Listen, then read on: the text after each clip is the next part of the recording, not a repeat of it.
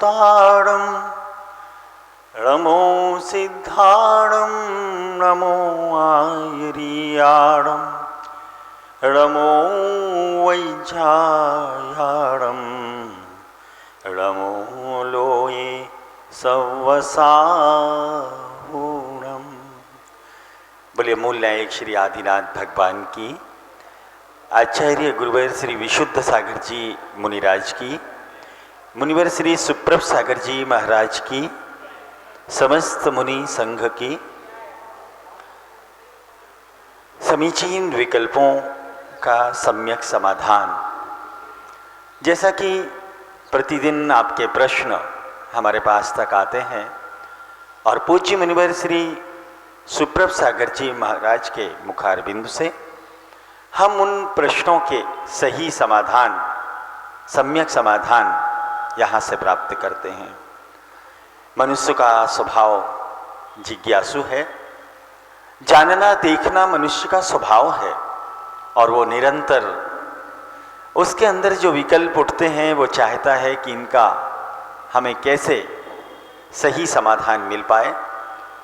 और इसी क्रम में आचार्य विशुद्ध सागर जी महाराज के विद्वान शिष्य मुनि श्री सुप्रभ सागर जी महाराज के द्वारा निरंतर हजारों लोगों के पास उनका जब सही समाधान पहुंच जाता है, निरंतर व्हाट्सएप के माध्यम से और सीधे आपके प्रश्न यहाँ आते हैं और उनका समाधान।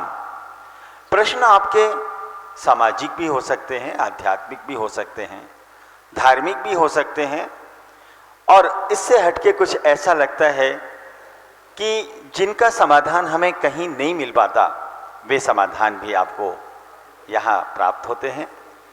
मुनि श्री प्रणव सागर जी महाराज और मुनि और सौम्य सागर जी महाराज, जो कि संघ में सानिध्य में, उनके सानिध्य में चल रहे इन प्रश्नों का समाधान लीजिए अब हम प्रारंभ करते हैं।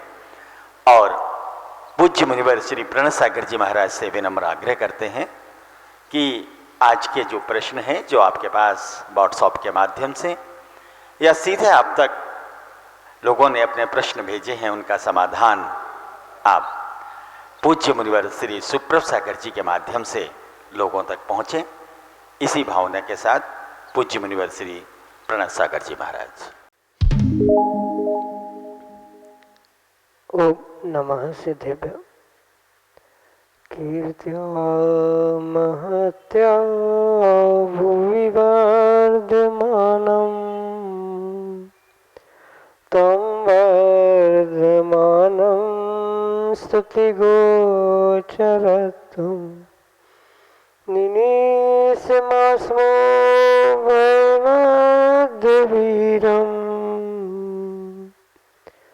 विषीर्णदोषास्यपास्यबन्धं विषीर्णदोषास्यपास्यबन्धं।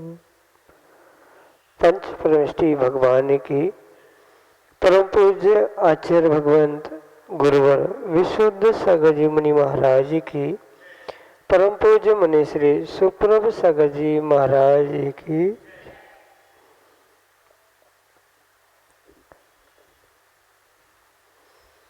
एक विकल्प जो कि आपको अनंत संसार में भटकाने का कारण बन रहा था, वही विकल्प आपके लिए आनंद सुख का साधन भी बन सकता है। आवश्यकता अपने विकल्प को समीचीनता प्रदान करने की है, और यदि हमारा विकल्प समीचीन है और उस समीचीन विकल्प का सम्यक समाधान किसी निर्ग्रंथ गुरु से प्राप्त हो जाता है, तो निश्चित ही वह हमारे कल्याण का मार्ग खोल देता है।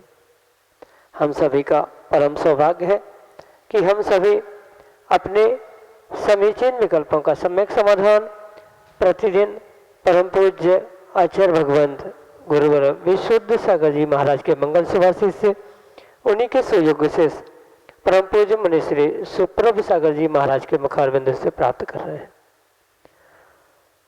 देश के विभिन्न प्रांतों से अनेक समीचीन विकल्प हमें हम प्रतिदिन प्राप्त होते हैं और परम पूज्य मुनि श्री उनका हम सबको आगम के परिप्रेक्ष्य में सम्यक समाधान प्रदान करते हैं।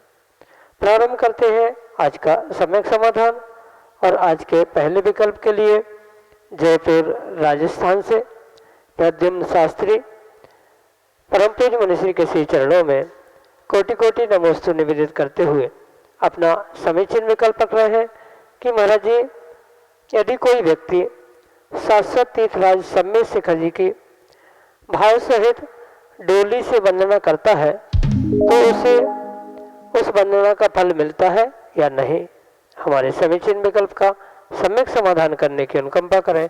नमोस्तु महाराज जी, नमोस्तु। ओम नमः सिद्धम। परम पूज्य आचार्य भगवान गुरुवर विशुद्ध सागर जी महाराज की जय। परम पूज्य मुनि श्री सुप्रभ सागर जी महाराज की जय। भावत सहित वंदे जो कोई, ताकि नरक पशु गति नहीं हुई। इस प्रकार की पंक्ति सम्मेद शिखर की वंदना के निमित्त से जो लिखी, वहाँ ये जरूरी नहीं है कि वह जीव किस प्रकार से वंदना करे। वंदना करते समय उसके भाव कैसे है ये विशेष है। वह शरीर से असमर्थ होने के कारण से किसी निमित्त आलंबन आदि को प्राप्त करते हुए मजबूत भावों के साथ अगर वंदना कर रहा है तो नियम से उसे उसका फल मिलेगा ही मिलेगा। इसमें किंचित भी विकल्प करने की आवश्यकता नहीं। पर ये भी व्यवस्था समझनी होगी कि मात्र घूमने के हिसाब से या वर्तमान में 2 व्हीलर 4 व्हीलर आदि से भी जो वहाँ की यात्रा घूमने आदि के लिए जीव जा रहे हैं उनको उसका फल नहीं मिलेगा। जबकि डोली उठाने वाला पैदल चल रहा है, वज़न लेके चल रहा है, पर उसके भाव नहीं होने के कारण उसे किंचित भी फल नहीं मिलेगा। पर डोली में बैठने वाला पैदल नहीं चल रहा है पर फिर भी उसे परिपूर्ण रूप से फल मिल सकता है। क्योंकि जो हमारे जैन धर्म में पुण्य पाप आदि की व्यवस्था बताई गई है वह मात्र और मात्र द्रव्य से नहीं कही, अपितु भावों को भी वहाँ प्रधानता दी गई। यस्मात् क्रिया प्रतिफलंति न भाव शून्या, ऐसा कहते हुए आचार्य भगवान कहते हैं कि जहाँ क्रियाओं में भाव नहीं है वह क्रिया कभी भी फलीभूत नहीं होती। माना कि डोली में बैठकर भी उस जीव के भाव नहीं हो रहे हैं, गाड़ी में बैठकर भी उसके भाव नहीं हो रहे हैं, तो वह कभी भी शिखर जी की वंदना का पुण्य प्राप्त नहीं कर सकता। और कुछ शारीरिक असमर्थता के कारण कोई डोली में या गाड़ी में अन्य साधनों का प्रयोग करते हुए वहाँ उस तीर्थ क्षेत्र की वंदना कर रहा है तो उसे उसका फल अवश्य ही मिलेगा। जबकि भावों की विशुद्धि मायने रखती है, भावों की विशुद्धि नहीं है, भावों की शुद्धि नहीं है, आकुल व्याकुल परिणाम हो रहे। बहुत सारे जीव इस प्रकार से आकुलता करते हैं कि मैं तो डोली में वंदना कर रहा हूँ, मेरी असमर्थता है, तो उस निमित्त से भी हीन भावना करते हुए आप वंदना करोगे तो आपको उसका फल नहीं मिलेगा।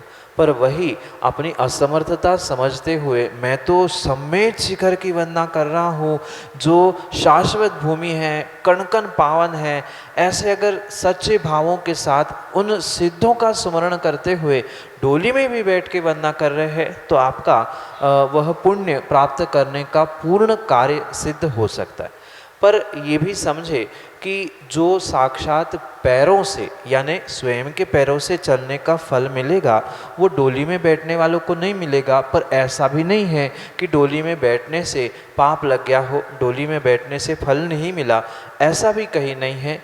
वह पूर्ण रूप से भावों की परिणति आपकी क्या है उस पर निर्भर करता है कि आपको पुण्य पाप कैसा और कितने हद तक लग रहा है। साक्षात अपने पैरों से और शुद्ध भावों के साथ जो वंदना कर रहा है उसको विशेष फल मिलेगा। अच्छे भावों के साथ डोली पे करने वाले को थोड़ा कम मिलेगा, उसे भी और कम उसको मिलेगा जो मात्र दिखाने के लिए या कहने के लिए डोली पे बैठ के चल रहा है या पैदल यात्रा करने घूमने भटकने गया है, उसको और कम कम ऐसा पुण्य फल मिलता रहेगा। इसलिए आप ये विकल्प छोड़ते हुए अगर डोली में बैठे हैं असमर्थता के कारण, तो वह आपको पुण्य का फल देने वाला हो सकता है, क्योंकि भाव सहित वंदे जो कोई, ताकि नरक पशु गति नहीं हुई। यही आपके लिए सम्यक समाधान। अगले समीचीन विकल्प के लिए हमारे सामने है बाल ब्रह्मचारी निखिल भैया जी अपने समीचीन विकल्प के साथ। जिज्ञासा है कि मुनि त्रय के चरणों में त्रिवार नमोस्तु। मेरा विकल्प है कि वीर्यांतराय कर्म का क्षय करने के लिए क्या उपाय है। पंचम काल में किसी भी प्रकार से कर्मों का पूर्ण रूप से क्षय करना संभव नहीं हो सकता। इसलिए जितने अंशों में हम उस वीरंतराय कर्म के क्षयोक्षम को बढ़ाने का प्रयास करेंगे, उतना ही वह हमारा वीर अंतराय यानी हमारी अंतरंग की शक्ति को बढ़ाने के लिए निमित्त बन सकता। अंदर की जो वीर रूपी शक्ति है उसे बढ़ाने के लिए दो कारण हो सकते हैं। एक तो पूर्ण रूप से कर्मों का क्षय करना, पर वह पंचम काल में पूर्ण रूप से संभव नहीं है। कम से कम क्षय नहीं कर पा रहे हैं तो जो क्षयोपक्षम यानी कुछ प्रकृतियों का क्षय, उदयाभावी क्षय या उपशम उदय आदि रूप परिणाम होते हैं, उससे हम उस क्षयोक्षम को बढ़ाते हुए अपनी अंतरंग शक्ति को बढ़ाने का पुरुषार्थ कर सकते। रही बात उन निमित्तों को समझने की, तो जिनका विशेष वीर अंतराय कर्म का क्षयोक्षम होता है, ऐसे जीवों की आप सेवा वैयावृत्ति आदि करने का प्रयास करते रहोगे तो नियम से आने वाले समय में आपका वह वीरंतराय कर्म का क्षयोक्षम विशेष रूप से बढ़ सकता है। जैसे दिगंबर मुनिराज होते हैं जो सम्यक चारित्र और रत्नत्रय को धारण करते हुए बहुत सारे उन परिसयों को सहन करते हुए साधना करते हैं, उनकी प्रति समय अनुमोदना करते हुए उनकी उस वीर अंतराय को मैं भी प्राप्त कर लूँ, उनके जैसी शक्ति मुझे भी प्राप्त हो, ऐसी भावना भाने से भी कुछ अंशों में वह हमारा क्षयोक्षम बढ़ता है। क्योंकि आचार्य भगवंतों ने कहा है भावना भवनाशनी और भावना भववर्धनी। हम जैसी भावना से काम करेंगे हमारा कार्य वैसा ही होगा। अगर अच्छे भावों के और अच्छी भावनाओं के साथ हम ये निर्णय करेंगे कि मुनिराज इतने शक्तिशाली होते हैं तो हम कैसे शक्तिशाली बने, या साथ साथ जो पुराण ग्रंथों में आपने कथानक आदि पढ़े होंगे, दूसरे मुनिराज की सेवा करने के निमित्त से वह अगली पर्याय में बलि जैसे बलवान मुनिराज बन गए। साथ में जिनवाणी का श्रवण करने से भी कुछ त्रियंच मुनिराज बनते हुए उत्तम सहनन आदि को प्राप्त करने वाले हुए। तो नियम से कहीं ना कहीं चारित्रधारियों की आप जितनी अच्छे से विनय करोगे, जितने अच्छे से सेवा करोगे, जितने अच्छे से वैयावृत्ति करोगे, उतना ही उतना आपका वीर अंतराय कर्म का क्षयोक्षम वृद्धि को प्राप्त हो सकता है। और मात्र बहिरंग क्रिया से ही नहीं, अंतरंग भावों की भी उतनी विशुद्धि होनी चाहिए कि अहो भाग्य है मेरे कि मैं निर्ग्रंथ मुनिराज या धरती के देवता चारित्रधारियों की सेवा कर रहा हूँ, उनकी वैयावृत्ति कर रहा हूँ। क्योंकि बहुत सारे लोग मात्र एक फॉर्मेलिटी या व्यवहार निभाने के लिए पहुँचते हैं, 2-4 मिनट हाथ दबा लिए या पूछ लिया, सेवा कर ली, तो उतने से मात्र काम नहीं होगा। जो पहले प्रश्न में भी मैंने कहा था कि भावों के साथ जो भी कार्य किया जाएगा उसका विशेष फल आपको अवश्य ही मिलेगा। इसलिए भावों की विशुद्धि के साथ भावना को धारण करते हुए कि मुझे भी ऐसा क्षयोक्षम प्राप्त हो, मैं भी इनके जैसा या उनके जैसा यानी भगवंतों जैसा, पूर्वाचार्यों जैसा अक्षयोक्षम को मैं भी प्राप्त कर लूँ, उनकी जैसी शक्ति मेरे पास प्रकट हो। इन भावनाओं से भी बहुत सारे कर्मों का क्षयोक्षम आदि हो सकता है और इसी का निमित्त से हम अपने अंतरंग आत्मिक शक्ति को प्रकट कर सकते, क्योंकि सभी जीवों में अनंत अनंत शक्ति हुआ करती है और उस अनंत शक्ति को जो अपनी भाव भंगमा से, भावनाओं से, अपनी क्रियाओं से बढ़ाने का प्रयास करता है वह नियम से उसमें सफल हो सकता है। इसलिए सतत भावना भाते समय जब जब हमें समय मिले तब तब आप उन निर्ग्रंथ गुरुओं की प्रतिपल राग द्वेष या अन्य किसी प्रकार के विसंगतियों को छोड़कर सेवा करोगे, उनकी वैयावृत्ति करोगे तो नियम से आपके उस वीर अंतराय कर्म के क्षयोक्षम को आप वृद्धिंगत करने के लिए निमित्त प्राप्त कर सकते हो। पूर्ण रूप से क्षय नहीं सही पर कुछ अंशों में वह नाश को प्राप्त होते हुए कुछ ऐसी शक्तियाँ हमारे अंदर से हम प्रकट कर सकते हैं जिसके लिए उन चारित्रधारियों की सेवा के साथ कुछ कुछ अंशों में स्वयं को भी आजमाने का प्रयास करने की आवश्यकता है। कभी उपास, कभी एकासन, ये सब कुछ गुरु की आज्ञा में रहते हुए करेंगे तो नियम से आप उस वीर अंतराय कर्म के क्षयोक्षम को बढ़ाते हुए अपने आप का आत्म कल्याण करने का प्रयास कर सकते हो। यही आपके लिए सम्यक समझ। ममता जैन, छतरपुर, मध्य प्रदेश से अगले समीचीन विकल्प के लिए हमारे सामने। त्रैमुराजों को मेरा नमोस्तु।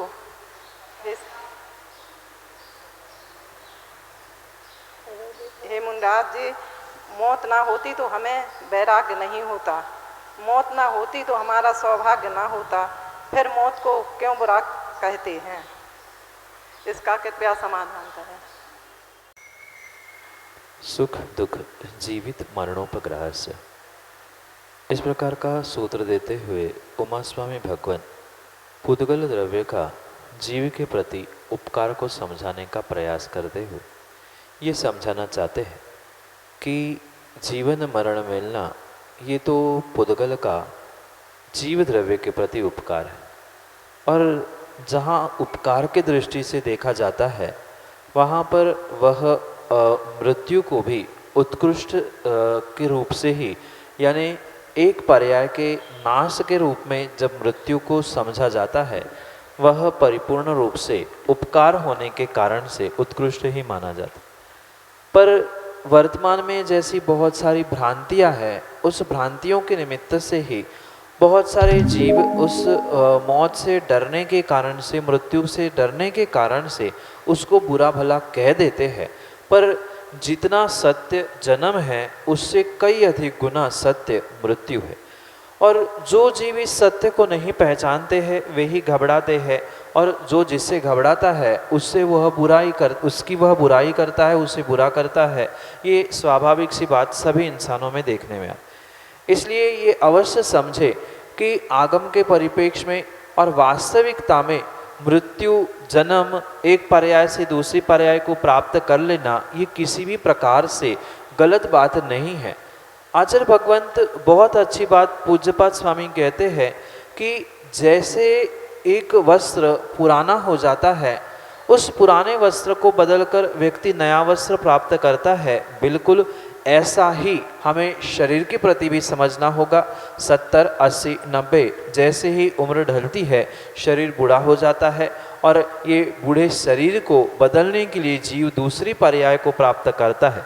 अगर ये समीचीन दृष्टि और ये सत्य दृष्टि जीव के अंतरंग में पहुंच जाती है तो कभी भी उसको मृत्यु से भय नहीं लगता और जिससे भय नहीं लगता है उसकी कभी बुराई भी नहीं हो सकती है। ये कुछ अंशों में जीवों की मान्यता है जो उनके भीतर मृत्यु का डर, मृत्यु का भय बैठा है, उसके कारण से ही वह मृत्यु की बुराई आदि करते हैं। पर जैसा जन्म सत्य है वैसा ही मरण सत्य है। इसको जिसने समझ लिया है, सीख लिया है, वह कभी भी उससे नहीं डर सकता। यही आपके लिए सम्यक समाधान।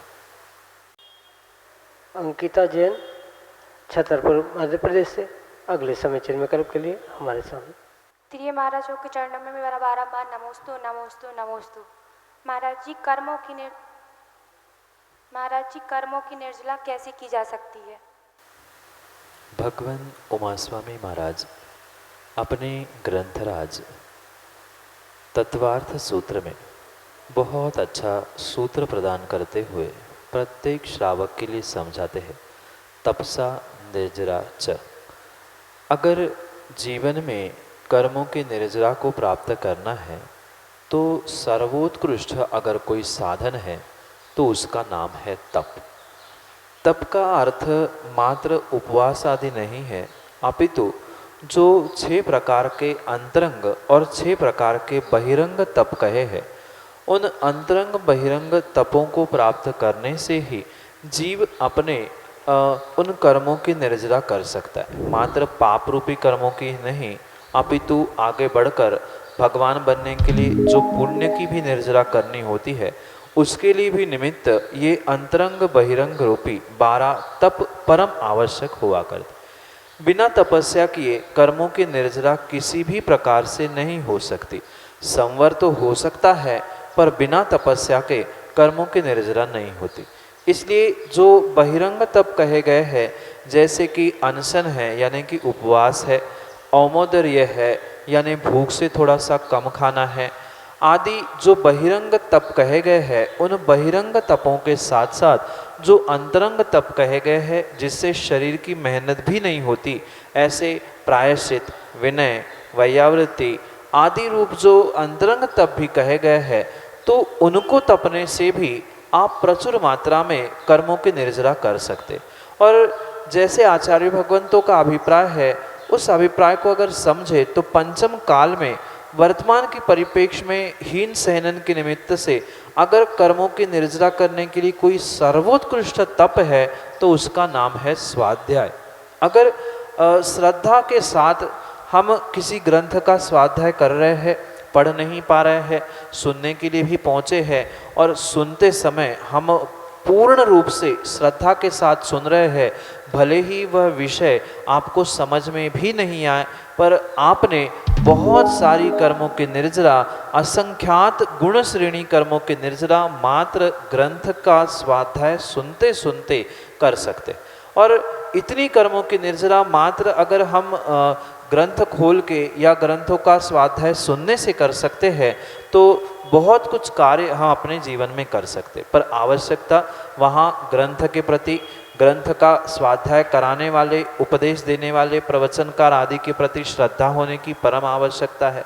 स्वाध्याय के साथ साथ अगर हमारे पास समय है तो निर्ग्रंथ गुरुओं की, साधुओं की वैयावृत्ति करना, उनके अनुकूल उनकी सेवा व्यवस्थाएं बनाना, ये भी एक अंतरंग तप कहा जाता है।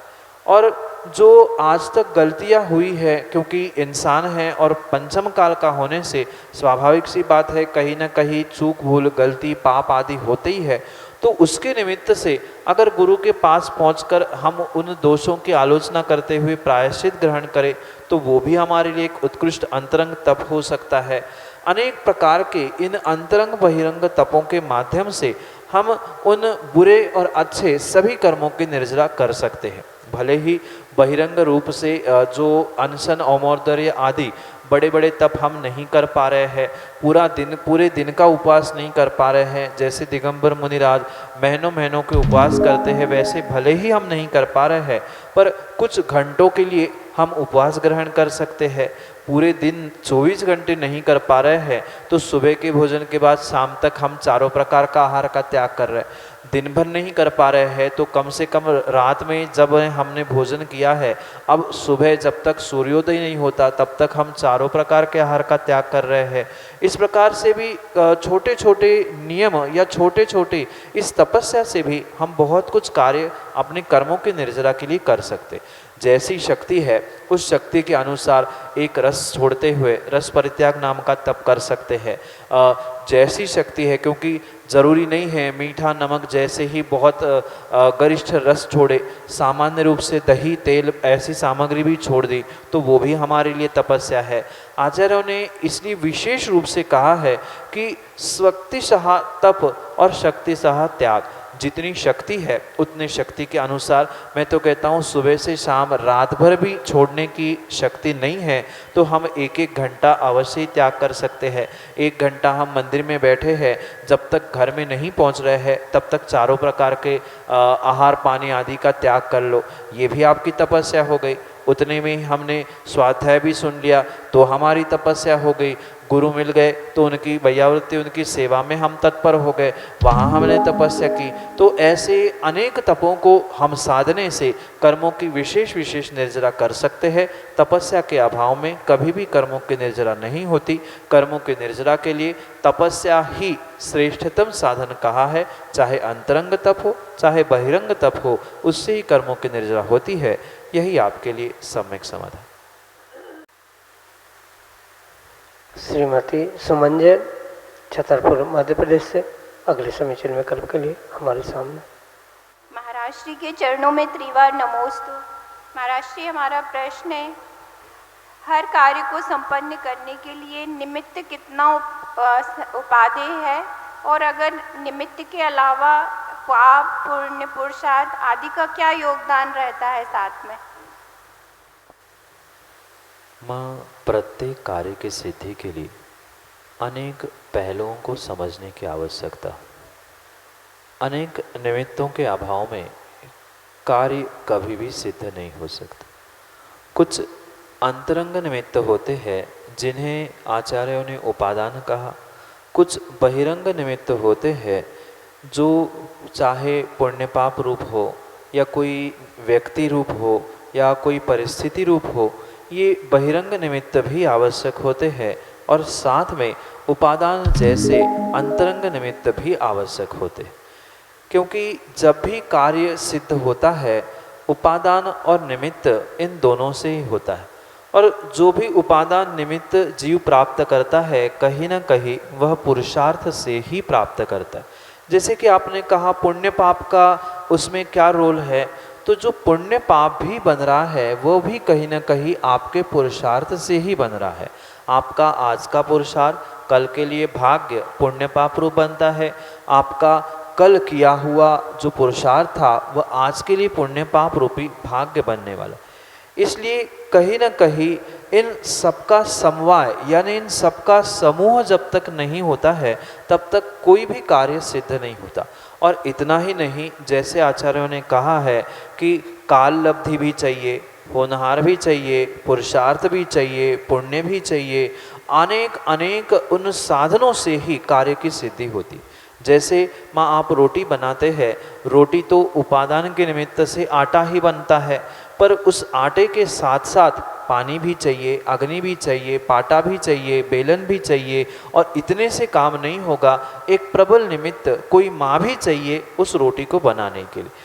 ऐसे ही जीवन का कोई भी कार्य हो, हमें सामने वह निमित्त उपादान आदि दिखे नहीं दिखे, पर प्रत्येक कार्य के लिए निमित्त भी चाहिए होता है, उपादान भी चाहिए होता है, समय रूपी काल लब्धि भी चाहिए होती है, पुरुषार्थ भी चाहिए, भाग्य भी चाहिए।